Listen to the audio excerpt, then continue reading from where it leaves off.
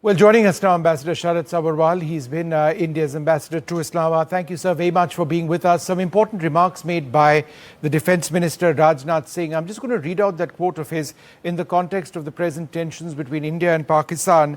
And he says, today from Srinagar, I want to raise the question whether nuclear weapons are safe in the hands of such an irresponsible and rogue nation. How would you look at the remarks made by the Defence Minister? Look, there are three aspects, Vishnu, that we need to take into account.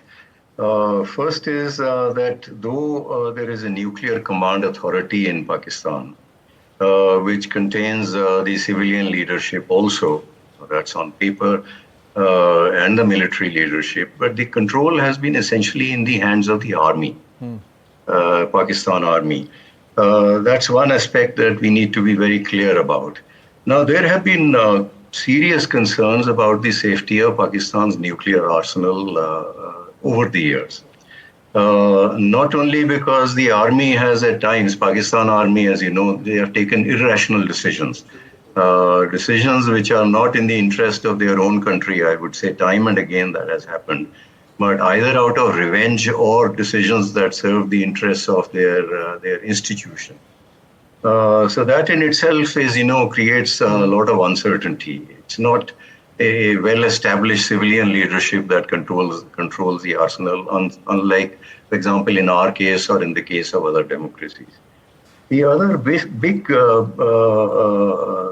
apprehension that the international community has had is, the number of jihadis and all kinds of people with sympathy for the jihadis that are there in Pakistan and also in Pakistan's official circles.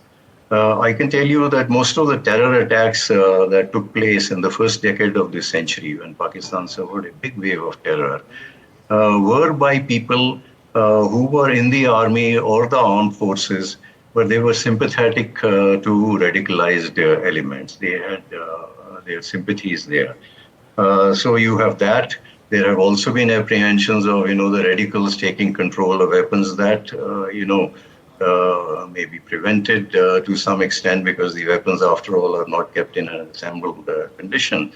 But the biggest worry has been that within the system itself, there are people who have these kind of sympathies, and what would they do?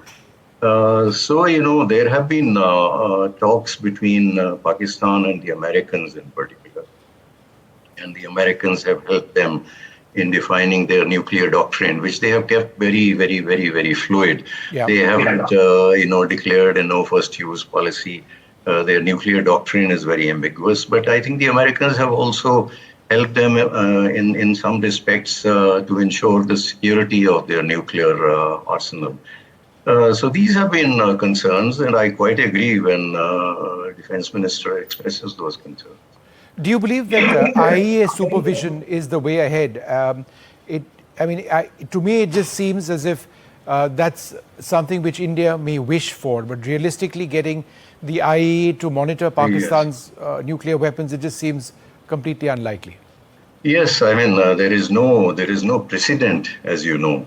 IAEA, of course, has supervision over the nuclear programs of a large number of countries.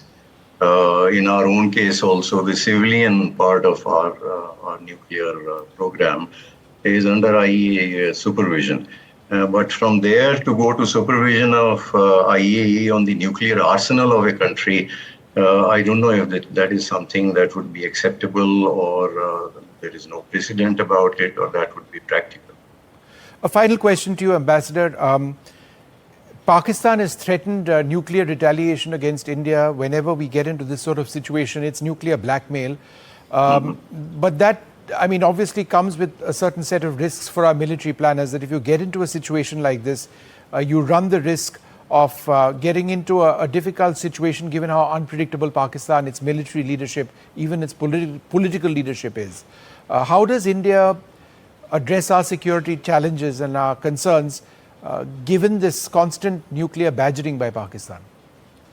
Look, you would recall that in his speech which he made the other day, in which Prime Minister said that we'll give a fitting reply to every terrorist act. One of the elements was that India will not tolerate nuclear blackmail and carrying on terrorism under nuclear blackmail.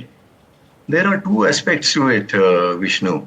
Let me put it this way, that from the time they tested their nuclear weapons in 1998, the Pakistanis have been saying that there are no military options for India under the nuclear overhang.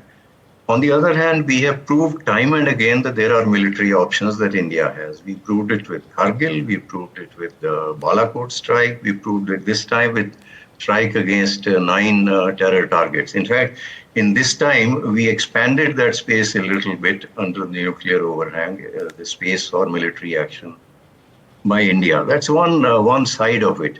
But then you also know that each time there is a crisis between the two countries and they start moving up the escalation ladder, there are concerns expressed by the international community when the two countries are moving in a direction that could take them to the nuclear boundaries. There are concerns expressed by the international community, also restraint. And I'm sure we ourselves would like to test the nuclear boundaries. Yep. So there is a limitation that comes at that level. Pakistan has talked of some nuclear red lines, in the past. There is no time to go into them at the moment. And I must say the action that has taken so far has remained well below them. It is only the risk of moving in a direction that could take us to those boundaries that has concerned the international community. So there are these two aspects that I wanted to mention. It's not that India does not have any space for military action, but on the other hand, I don't think this is something which we can altogether ignore in planning whatever action we plan against Pakistan. Ambassador Sabharwal, thank you very much, sir, for speaking to us. Thanks Thank very you. much indeed.